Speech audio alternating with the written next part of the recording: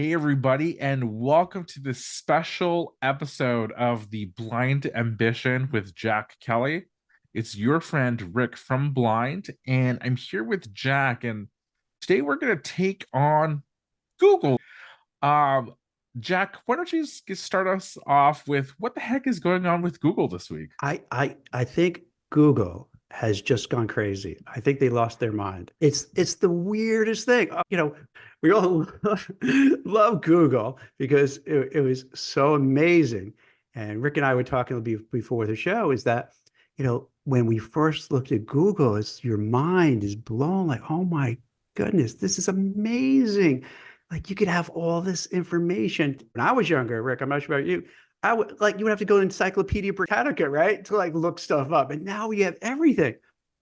Fast forward for those who are not, who haven't noticed, last couple of days, Google was completely just being overly woke. So that when you would put in prompts and say, hey, can you give photos, like talk to text? And this is through their Gemini. Can you paint a portrait of the founding fathers of America, which should be pretty simple.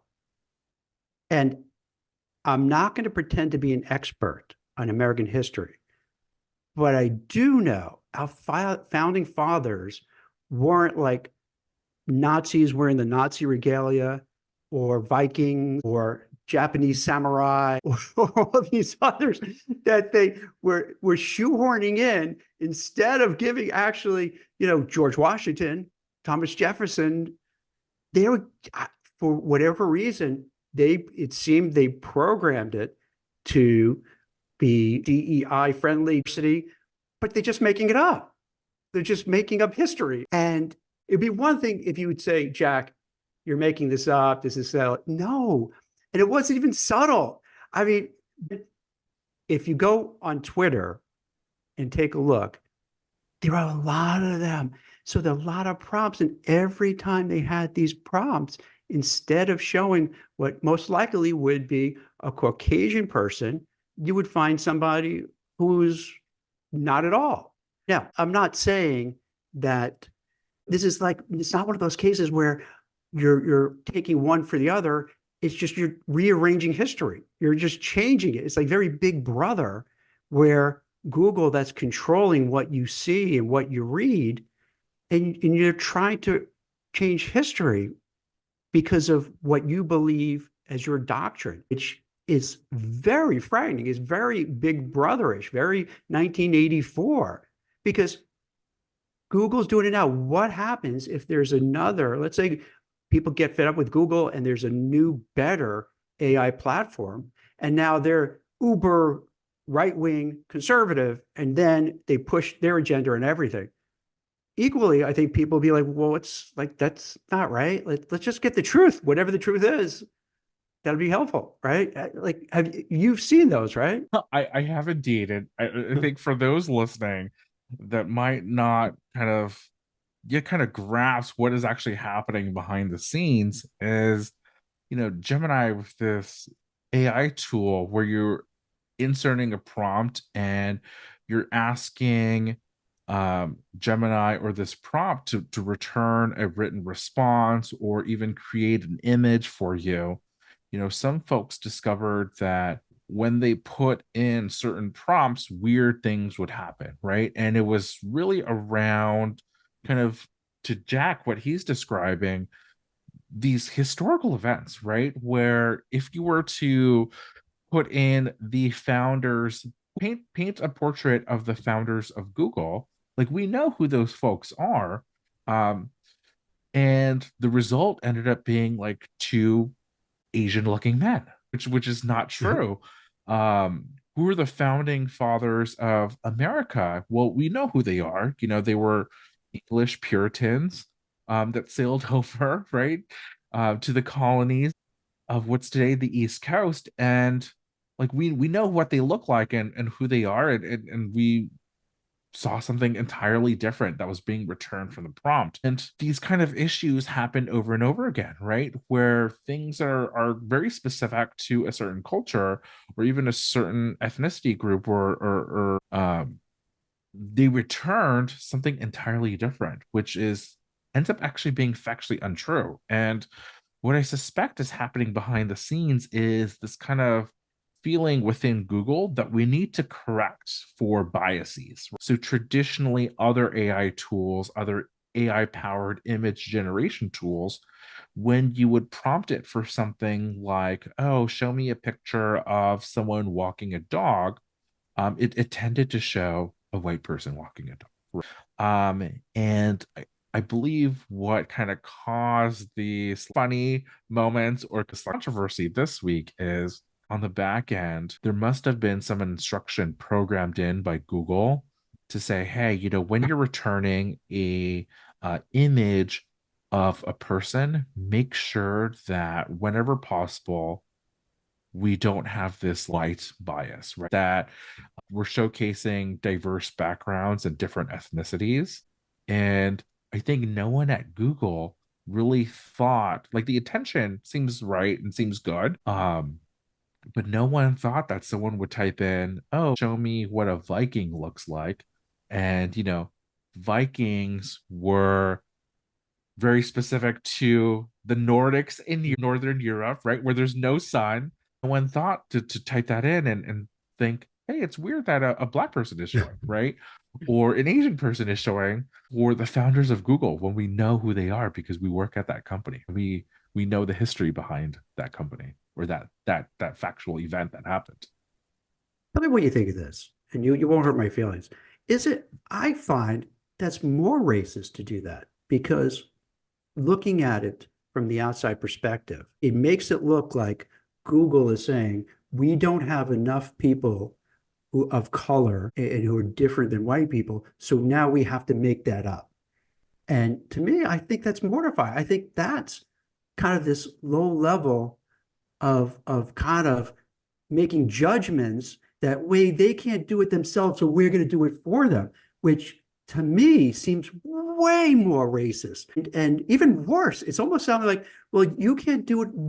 These groups can't do it on their own, so we're going to do it for them because we're the great white hope and we know best, and we're liberal and we're woke, and so we're gonna feature you and put you in a picture. Isn't that great? Right? I mean, it's shocking. Like, dude, seriously, it was shocking. It's like, why did you have so many different groups, Asians, Japanese, Greek, Italian, Jew, whatever, all have done great things. You don't, why why make up things when they did great things? Am I I mean, crazy here, or is this like no. it's a And, bizarre and, and world? I also don't think that you're being uncharitable, right? Because we had Justin Zhu and Michelle Lee from Stand with Asian Americans, that Mhm. civil rights advocacy group. Mhm. And one of the things that stood out to me that they shared is, even within the tech industry, at a company like Meta will say, an overwhelming majority are Asian Americans. But if you look at the leadership, it's certainly not represented proportionally, right? And so you look at that and you say, hey, something seems wrong, right? Or you look at kind of higher ed admissions and Mhm. oh, like year over year, like the number of admitted Asians or Jewish Americans are this consistent, stable number, right? That certainly doesn't bear out in the facts of like the demographics, like the actual statistic representation. And so my kind of background, and this is kind of what the folks at Stand with Asian Americans said is, well, if you want to uplift these voices and have this representation, you don't actually have to like, officially create it. Just go and open your front door and like look Right. at the Yeah. professional that's there. They're there. You're just not choosing to represent them or inviting them to be part of the conversation. But if you actually want to uplift them, then just do it. Right. And like literally like open your door and go find them because they're out there. Right. Right. It's a good point. It's also lazy, right? Just find if you want to have, different representations, find them and champion them, right? So it takes a little extra work, but do it. Yeah, and I mean, in some cases, like you don't have to do any extra work, right? There's some cities and there's some metro Mhm. areas, there's some companies out there where it's majority minority, right? Mhm. And you know where those are, and it's so easy to go out and find them, and you're almost spoiled for choice. And so I think it's a bit artificial, but a bit of a stretch to kind of say, hey, we're actually going to hard code this in to kind of create this diversity that we feel isn't there, when in reality it's been there right in front of your face the entire time. You just haven't been looking. Another one of my concerns is this. This is like a serious one in the sense that once a company does something like this, you wonder, how can I trust them for other things as well? For instance, I was writing an article, and in part, I needed some data about immigrants to the US, because it's interesting. One of the things I put in the piece is that with having immigrants come in, and the data was showing that they tend to open up more businesses because they can't come in. A lot of them come in, they don't speak English, so they're not going to be doctors and lawyers, but they start businesses, and then they work really hard. Then they hire people and they grow the business, and then maybe they get another business and so forth, right? So now you have this situation where I'm trying to find data on immigrants, and then also people who are coming into crossing the border illegally. So you have an idea of what's happening. Google wouldn't let me get an answer. I'm trying to find Huh. out how many, people. Is it 5 million? Is it 2 million? Is it 10 million? Is it what have you? And each prompt, I would keep getting this kind of, well, this is a complex issue. It's very nuanced. And then it would go and talk about why people want to immigrate. Well, all right, we get that part. But I think if you want to be an honest broker, and you put yourself Google as sharing providing the information, I think it's your responsibility to provide how many people came into this country if there's a query for it, and why would there be any reason not to offer that, unless there's a certain agenda at the organization and they care more about their own agenda than what's the truth and what's happening and keeping people informed. Because then the next step is, you got to wonder what's going to happen with elections, or what has happened in elections. Did you rig things to make one candidate look better than the other? Because now you start asking questions, and you don't, and then how can you have that trust, and can you ever get that trust back? And am I being too like overly dramatic, or does that make sense, Rick?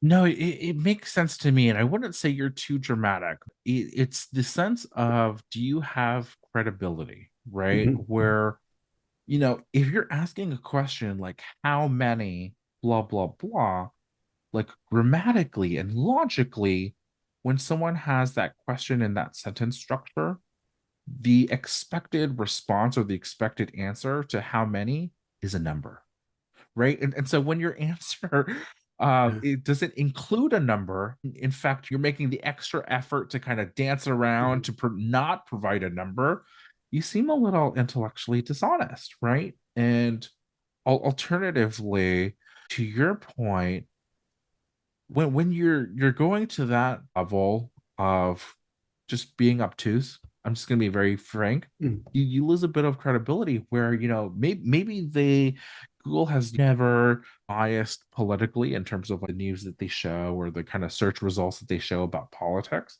Let's say that's the case and give them the benefit of the doubt. But when you're having these issues about credibility on these simpler things, naturally folks will doubt your responses and Mm. whether you're neutral across the board. And that starts to hurt your credibility. I remember when I first used Google previously, to your point, yeah, I had to go to the library and I had to ask a librarian for help to find the right books to do my research. I still had to use a typewriter to write my papers for school. And um, when I had access to Google, it was a magic moment where it was so quick, and the number of responses, it would show you the number of pages, how many milliseconds it took to return the search result. Yeah. It was a magic moment, right? Where Mhm. you're saying, oh gosh, I don't need to go to the library. I don't need to like dig in. I can get the answer so quickly. And it's the breadth of the depth of knowledge in terms of what is being returned to me. I felt confident that I would have the right answer, or I would be pointed in the right direction.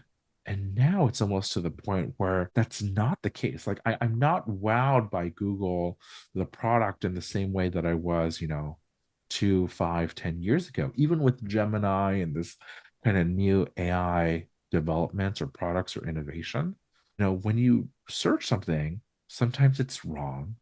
Sometimes I'm looking for something specific, like a certain news article, and like the tab for news isn't even there, Hmm. right? Or alternatively, to your point, where it returns things that just I know to be fundamentally untrue, being an untrained eye and having done no prior research, that's a bit concerning. Rick, do you think that what happens with some companies when they're so successful and they make so much money that it's two things? It's kind of a built-in complacency. Hey, we've been doing this for so many years and we're successful. We're the best at what we do. And then maybe you coast on the former glory, but then also you have this, you certain cultures develop and you have this echo chamber, and maybe you don't have people, you really don't have a diversified workforce because everybody has the same thoughts. So then when you do something where you program it, no one steps back and wait a minute, that doesn't seem right. Let's talk about it. But instead, groupthink is that, oh, okay, yeah, we're doing the right thing. I would go one step further than you, Jack, Okay. and I suspect that might be the case Mhm. because, let's take this Gemini image creation tool as an example. Either someone didn't think as they were testing to say, hey, give me a picture of a Viking, or give me a picture of a Native American chief, like things that are so specific, culturally specific, because they lack that understanding of being actually truly inclusive, right? They're not thinking about these things. Or worse, they did test this and they did put it out and they got the result and they were satisfied with the result.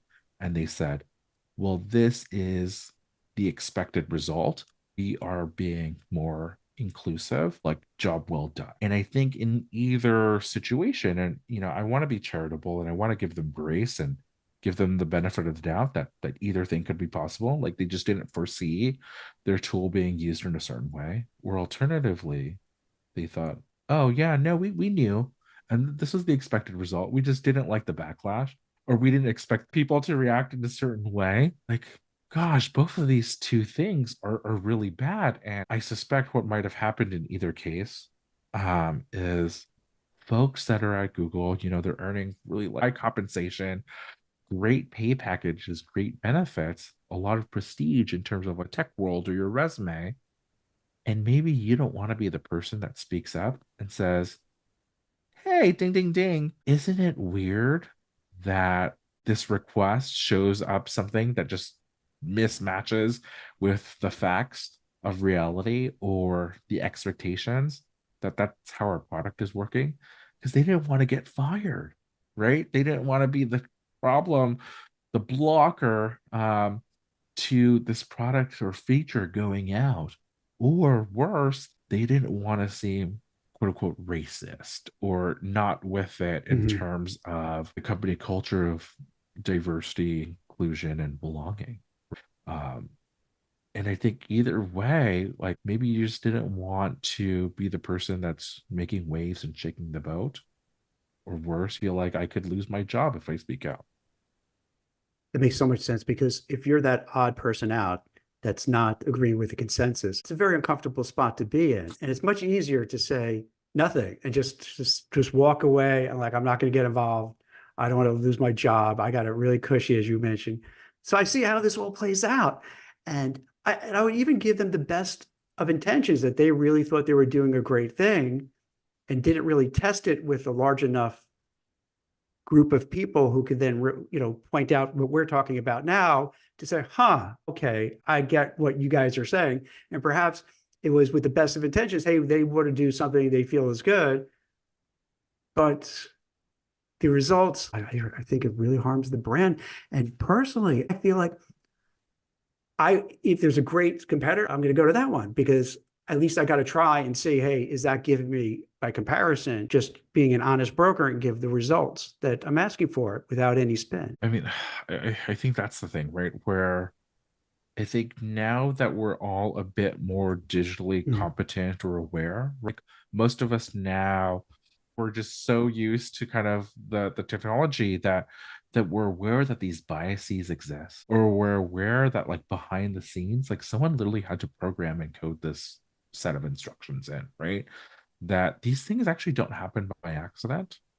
Um, that maybe now we're seeing these different things of, oh wow, like something's going on here, right? Like I had this conversation with my brother. We both love to fly and travel, and he asked me this question like, "Oh, does it seem like there's more freakouts on planes lately?" Because he's seeing a lot of the social media videos and like all the news articles that are coming out, right? And he said to me 5, 10 years ago, it seems like that wasn't the case, right? People would just go on and fly without incident, and you wouldn't have a picture of the wing falling off or something like that, or someone freaking out on the plane.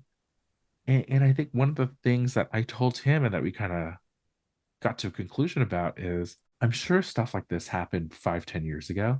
We just all didn't have phones with exactly. great cameras and internet in the back pocket, right? Where these things happened, but you had to be there to know about it.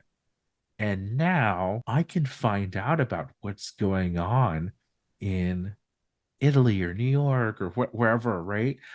Without trying, and that news comes back to me so quickly, and there's this quick, almost instantaneous feedback loop.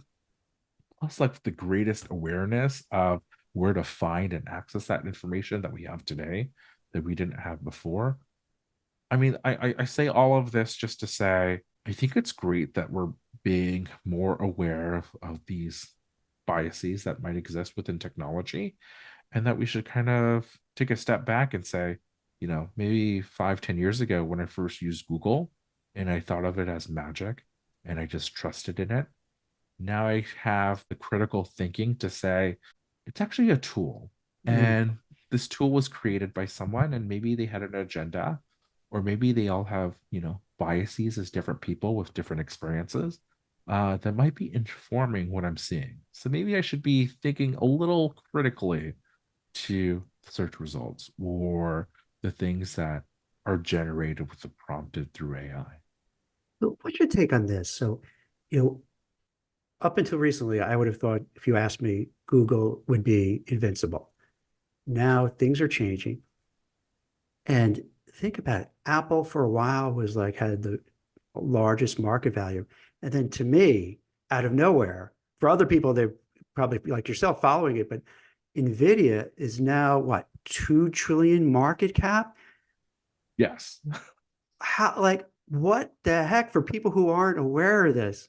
And this is one of the magnificent seven keeping the stock market up. How all of a sudden, I guess, is this what happens? Sometimes you have a place like Google that's great, but all of a sudden maybe sunsetting a little bit. And then you have a place like Nvidia, all of a sudden just boom, taking over. This is wild. Like, what's going on? Yeah, I think it's really funny where if you think about what NVIDIA does, it creates graphic processing units, right? Like GPUs are so Mhm. called. And they're basically chips that went into computers. And they became so important in terms of processing power. They got famous with like Bitcoin and crypto because the underlying technology there is you have all of these computers racing to solve math problems to verify these transactions, and they would reward Bitcoin, that currency, as a solution for processing the math problem the quickest, right? To verify the underlying architecture. And then now you have AI where everyone is creating all these prompts, and within milliseconds, the chat gpt, the Gemini, the perplexity, the liners, those software tools, they have to go and find this information and process, and return that text or return that image so quickly. And it seems so fascinating that just the pace of innovation has sped up to the point where our expectations have also changed where we expect all of this to be near instant. So necessarily the processing speed and the resources and the infrastructure has to grow more complex and more sophisticated. And now Nvidia, this like boring hardware chips company that no one kind of really thought to care about previously, is worth 2 trillion with a T dollars. Um, and it's only growing. It seems like every single headline is, oh, well, the increase in shares is up by this percent, or the market cap is now this, or, Jensen Huang, the founder and CEO, his personal fortune has now grown by X million billion He's like 58 billion, dollars. right? Is that right? Something like Right, that. or something to that effect. 58 That, billion. I mean, And it's not, and it's going to still go, right? Like this seems like it's still room to grow. I think so. I mean, using my phone example with Yeah. like, my conversation with my brother, I remember my first cell phone, it was a piece of junk. Like it could survive like a nuclear blast because it was so hardy, but it just did one thing, and sometimes it didn't even do that one thing, making phone calls right. It just would drop or be unclear. And now we have basically supercomputers in our pocket. The hard drives, the storage space are gigabytes now. Whereas I remember I went to school at an age where we didn't have like cloud or Dropbox or Google Drive. Like we had to use little sticks that you would plug into the USB slot. I remember being really excited, like, oh, I have like 128 megabytes, or like I have 512 megabytes, and it would cost like $100 plus to have a gigabyte or something like that. And now the storage on our phones are much more, right? The cameras on our phones are much better than the expensive digital camera that my father bought me for a birthday gift. So it's Yeah. just so insane now that I think perhaps I'm not surprised, but I mean, these numbers are still eye-watering and eye-popping. My little brain can't comprehend how Can I, many zeros are in trillion. can I ask one last question?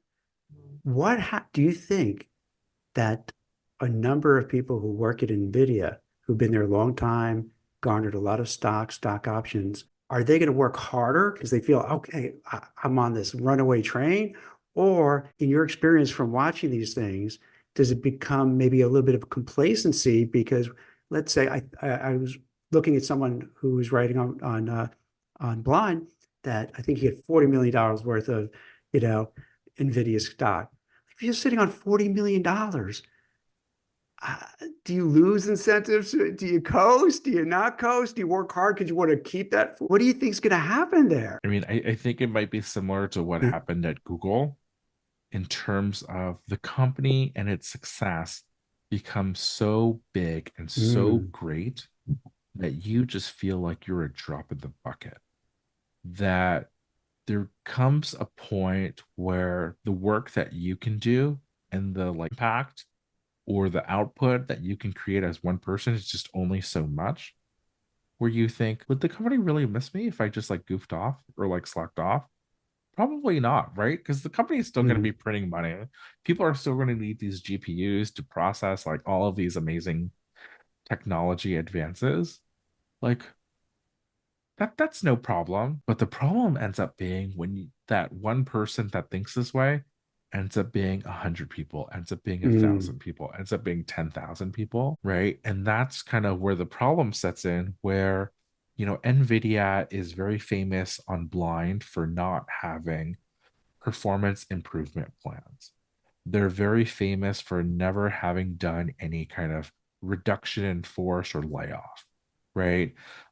Jensen Huang, the founder and CEO, he is well known, almost like legendary within Blind and certain tech circles for being out in the open and telling employees, like, I really don't like firing people.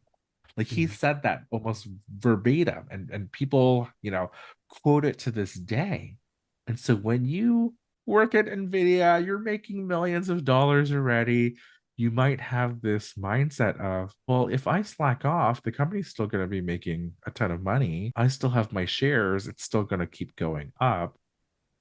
maybe I can slack off and goof off and get away with that. And what's even better is, the CEO says he hates firing people. There's no performance plan that I can be put on to get shown the door. Definitely people are going to get complacent.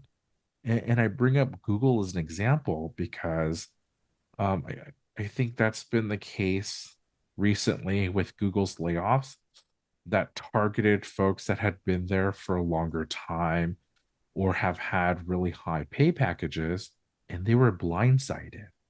And part of that blindsiding might have been this sense of complacency where you've been at the company for 5, 10 years.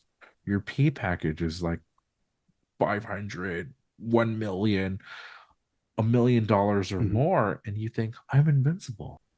And they got their ass kicked with the layoffs.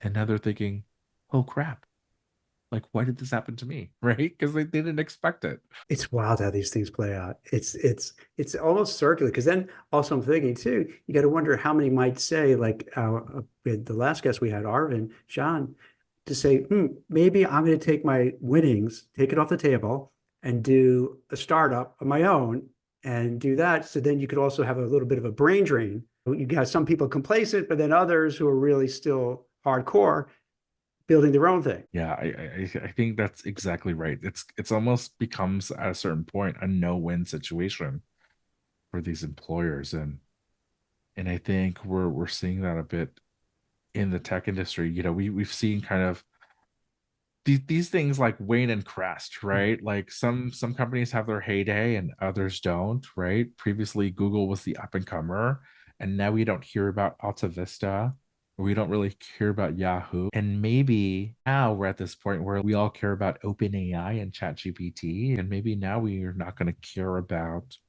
Google. Maybe they're next. Wild. This is great. This is why people have to watch and listen to our podcast to stay current, to know what's going on, because you get the inside scoop of what's happening. So I appreciate your insightful take on everything. This is really eye-opening. Like blowing my mind. And for people who are going to be watching this too, like how crazy these stories are. It's you can't make it up, but it's wild and it's amazing and it's interesting. And I can't wait to hear. I can't wait to see what comes next. Like seriously, I'm waiting for the next crazy headline to see what kind of stuff that we could talk about. So thanks, Rick. This is awesome. Thanks, Jack. It's been fun. That's it for The Blind Ambition. If you enjoyed the show, please leave us a 5-star rating and a review. And don't forget to subscribe wherever you get your podcasts. Thanks for listening.